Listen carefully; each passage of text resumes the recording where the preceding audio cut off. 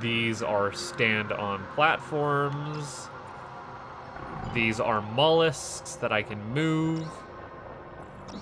So you need to stay there. Oh, and the mollusks will retreat back to their original position. Diggity darn. All right, well, thankfully I can grossly overshoot with this mollusk. Can I take you wherever I want to? I can carry it. Can I carry you up the stairs? Oh. I wanted this pet with me, but it wasn't happening.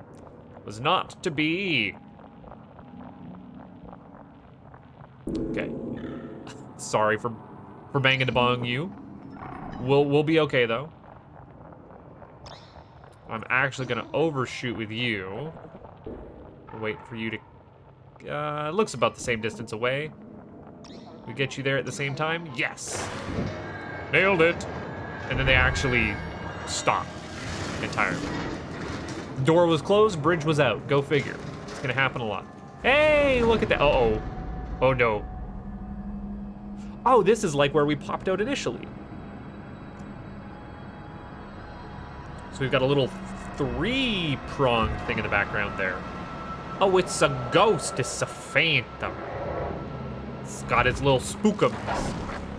And yes, it can even go incorporeal.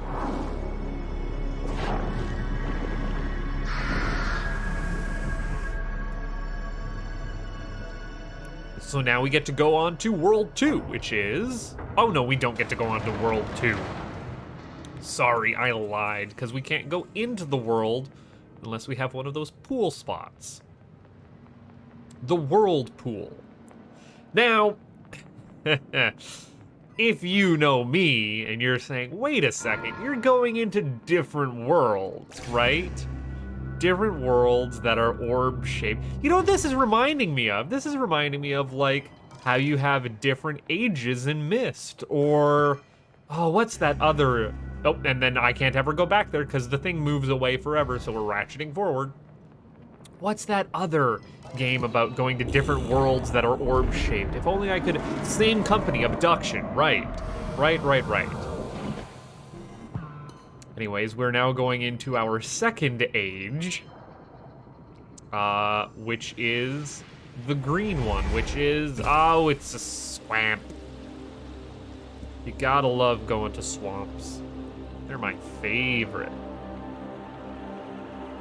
Just had to check that I was actually recording there. But we do have something living in the water. Well, I'd slowed down quite a lot when I got a little farther underwater there. But it won't actually let me, like, just full-on swim.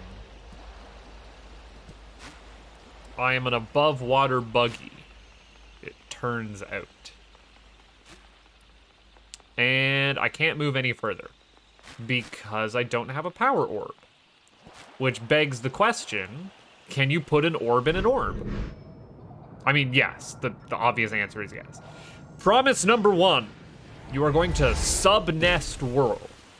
This is not necessarily something that is going to be particularly obvious to you, but yes, that is the promise that they just set up. Oh, you can put a world in a world. I bet there's going to be some interesting puzzle implications regarding that, right? Right, we're going to have some interesting puzzle implications regarding that. Oh, we can just pop back out again if we need to. And there's some more yellow columnar jointing gates. Can't do anything about that, and that's as far forward as we get to go. We literally just poked our head in this world, and then there was nothing. So let's swap orbs and bring green in here, because now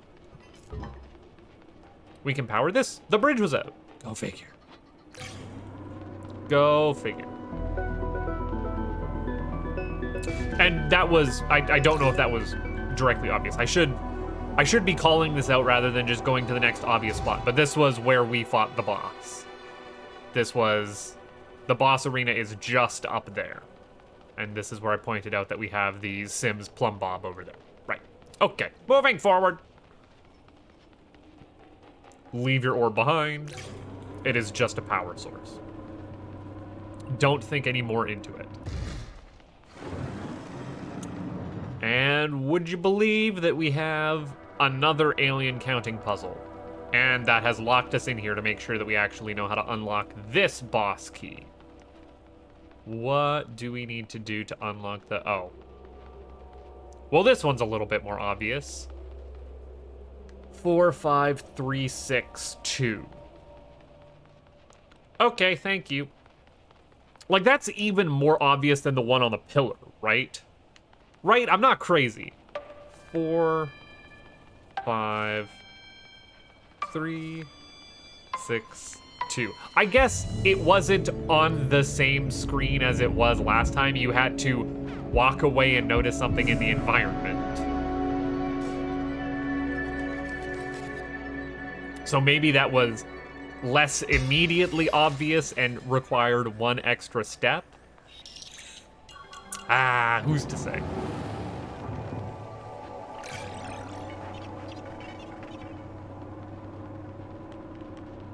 Now, unlike Myst and a little bit more like Abduction, there is a reason to be hopping back and forth between these worlds because we are...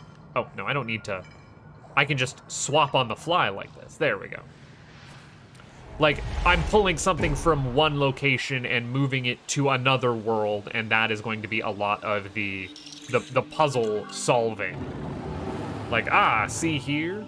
I did need to bring my red orb in because there are... Or orange. I guess I should say orange. There are puzzle solutions to be had this way. I'm going in the wrong direction. Why am I over here? What is of importance here? Something I've already done. Right. I'm gonna be on the lookout for these side paths going forward, because I've noticed them. I'm surprised that I did say, like, start new game. I did specifically request a start new game. Oh. That thing eats our boss key, which we can break out, but we do need that not there. So we can move it. Look at that. We've moved it to a different position. But yes, I will point out later on in the game, it looks like there are like collectibles that you can miss in some side areas, which I find incredible because there aren't that many side areas. I guess I pointed out exactly 2 so far that I found. Hey, that is a third type of puzzle. That was not a doors closed or a bridges out. That was a get something through an impassable barrier. We just got something through a fizzle gate. You know, those Portal 2, or Portal even had those, the fizzle gates.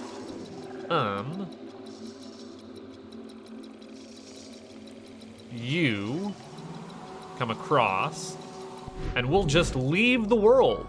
Let you scoot on through. We can even see that happening here. There you are. You're over on that side. We just went to a different plane of existence.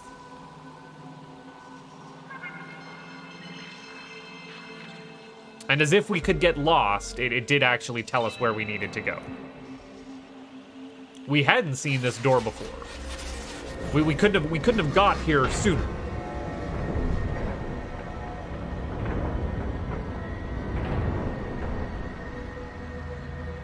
Ooh. See, these things are phasing in and out of reality. Like they're going corporeal, incorporeal. And it's definitely mechanical in some regards, but darned if I actually know what regards that is. Okay, we're going to want your path met up that way.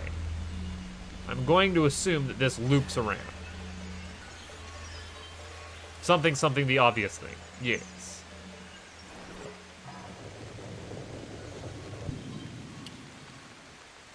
And this is a ratchet gate. Now we can't go back, and that is by our own design. And quite clearly, we're going to floop you through on that way. Now we can get through these these prison bars, but not when we are holding an orb. Okay? All right? Just so we're all clear. Except we can totally get through while we're holding an orb over this one. What that does for us, I don't know. I just don't know. No way of knowing. Drop an orb off. Come on through. Ah. You'll know, so this is live currently, right? It's lit up. Now this one is lit up. So when we leave through that one. Or we just go up one level. When we go back in, we go into the one that's lit up. Which is how we're able to take an orb from one position to another. Ta-da, look at that. Simple. Was that simple the entire time? I'm looking for side paths. That is a side path where I need a boss key for.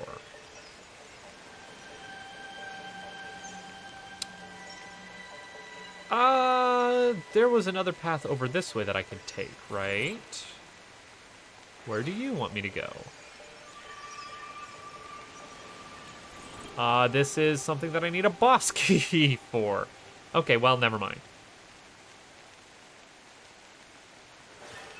I am specifically going out of my way to try and find the boundaries of the world that I can explore, rather than going to the most obvious next location.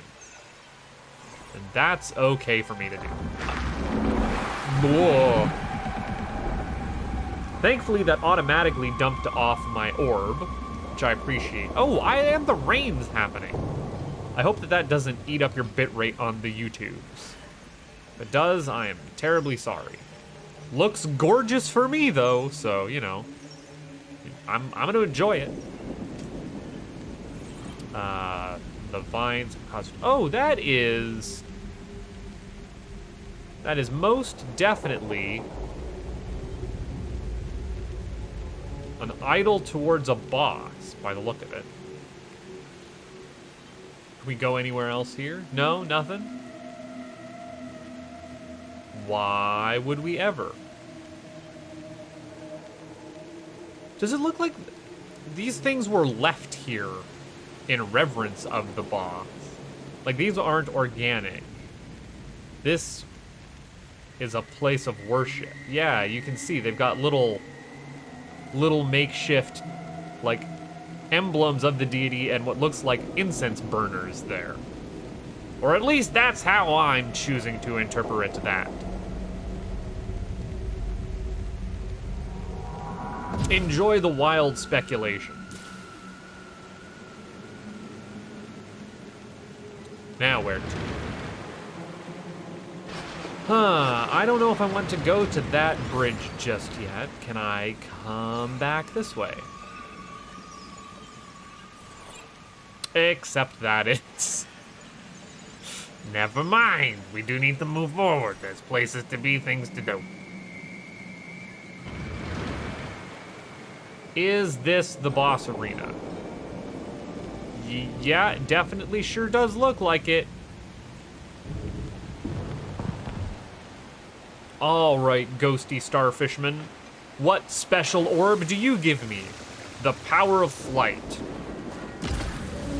The power of flight and water bombs. Cool, love it. Love it, love it, love it. Oh, I love this boss music. And when you fly through something, you make it incorporeal. This one is glowing, which means it probably had something good in its cocoon.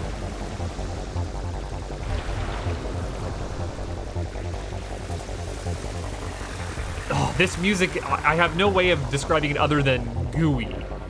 It's very goo-tastic. It's got that good wub to it.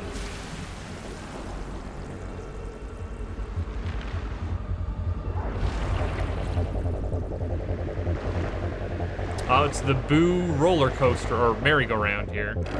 See if we can't figure out which one has an orb in it. This one has an orb in it. Toro, Toro! Oh, you're sucking me towards you. That's real neat and clever. Thank you. And now go to a vulnerable state, if you don't mind. Oh, first you have to attack me, because we're doing bullet hell nonsense. I wish that the little projectiles you sent out weren't squiddly. They vibrate a little bit, which makes it hard to see the exact path that they need to take.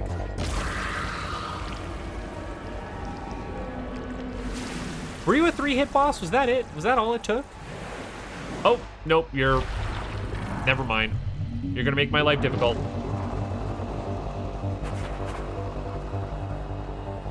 Absolutely doing a Beyblade. Oh, I need to head over that way. Would you mind just letting me scoot by? Oh, you got me. Why were you in the middle there? Well, that's what happens when a boss hits you. Guess what? We're gonna start over from phase 1 again. Which is less than fun. We might start over from phase 1. Yep, yeah, look at that. Isn't that just grand? So, there is no like failure state, so to speak. Like, you don't get a game over. But also, I find this particularly more punishing than your average Zelda boss, because at least there you have some intermediate steps before failure, rather than just one mistake and you're done. You know, that's what your health in a Zelda game provides you, is, you know, oh, you can take, you know, 3-4 hits, and then you know what to do and what not to do. But here, I just stood too close to a wall and lost immediately. Rip bozo. Whoop. Almost got hit with the purpley thing. Swam, and welcome to the jam. Okay, do it again. I thought for a second there was gonna put me in the wall.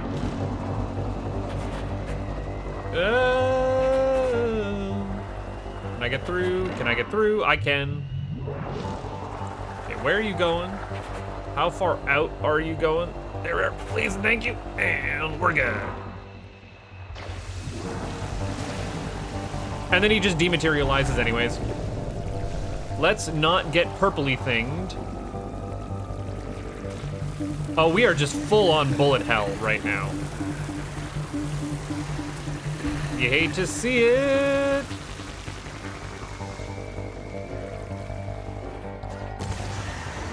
Slamma jamma. You have been dematerialized. The black goo goes into the white orb, into the center of the earth, to create, or more possibly to expose, an exit portal. And now our green orb is properly powered up.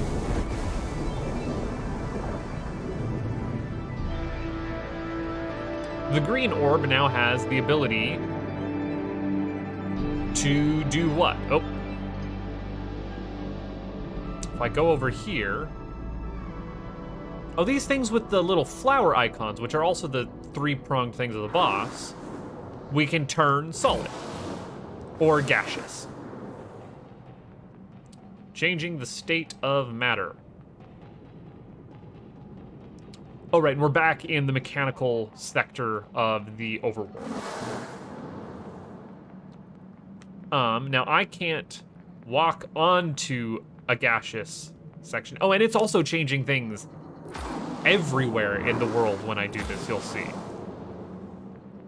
So a lot of this is state juggling now, where we need, like, I can access both the top and the bottom. And in gaseous, you can only access bottom states, and in solid, you can only access top states. And that's the way that my brain thinks of it. Now, the other thing you'll notice is when I'm making this solid or gaseous, that object in the background is also transitioning solid and gaseous. But when we go there and stand on it, we can move it as it transitions states. How? Why? Why is that context different than what I was doing before? Don't think about it. Don't ask questions.